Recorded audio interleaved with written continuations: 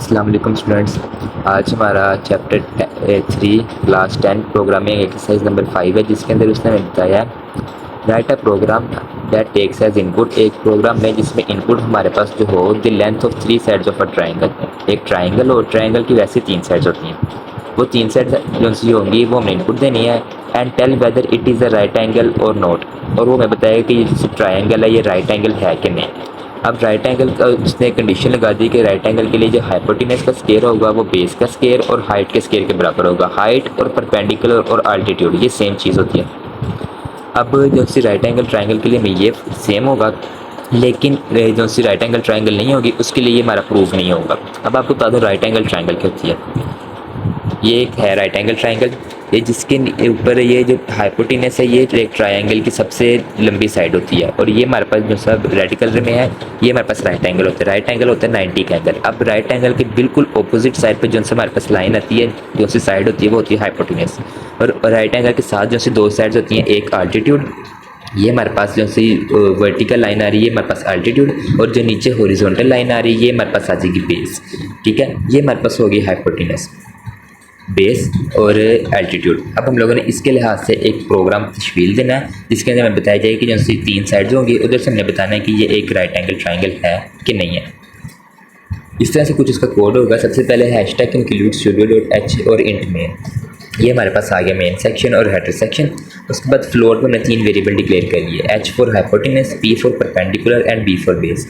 सबसे पहले enter base of triangle, यहाँ पे बेस की वैल्यू लिखनी है, वो हमारे पास आ जाएगा b वाले वेरिएबल के अंदर। उसके बाद एंटर परपेंडिकुलर ऑफ ट्राइंगल, ये हमारे पास आ जाएगा परपेंडिकुलर वाले वेरिएबल के अंदर जो कि हमारे पास है p।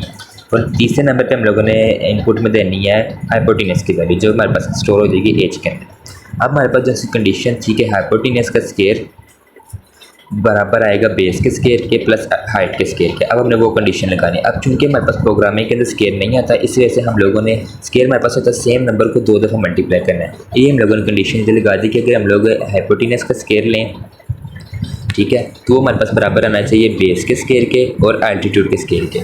तो ये हाइपोटेनस का स्केयर हमारे पास आ गया एच मल्टीप्लाई एच, परपेंडिकुलर का स्केयर आ गया हमारे पास बी मल्टीप्लाई बाई पी, और बेस का स्केयर हमारे पास आ गया बी मल्टीप्लाई बाई बी। अब सेंटर में ये दो हम लोगों ने लगाए हैं इज इक्वल टू, इसका मकसद क्या है?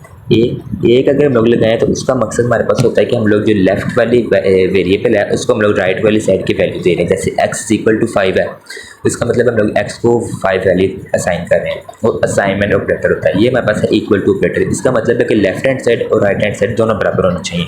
अगर तो दोनों साइड्स बराबर आ रही हैं तो हमारे पास राइट एंगल ट्राइंगल है, अगर हमारे पास ये दोनों साइड्स बराबर नहीं आए तो हमारे पास नॉट राइट ट्राइंगल है। तो अगर इसकी कंडीशन में हमने लिख दिया print F it is a right angle triangle, अगर ये हमारे पास कंडीशन ट्रू हो रही है तो ये हमारे पास राइट एंगल ट्राइंगल है।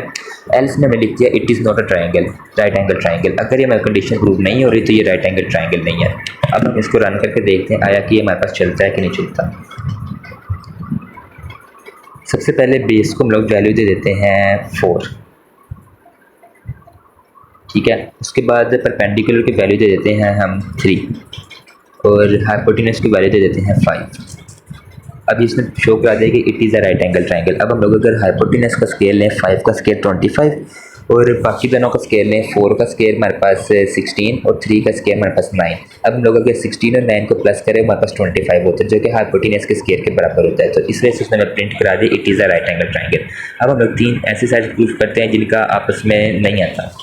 लेट्स सपोज एक आगे 2, दूसरी भी आगे 2, तो तीसरी हम लोग ले लेते हैं 3।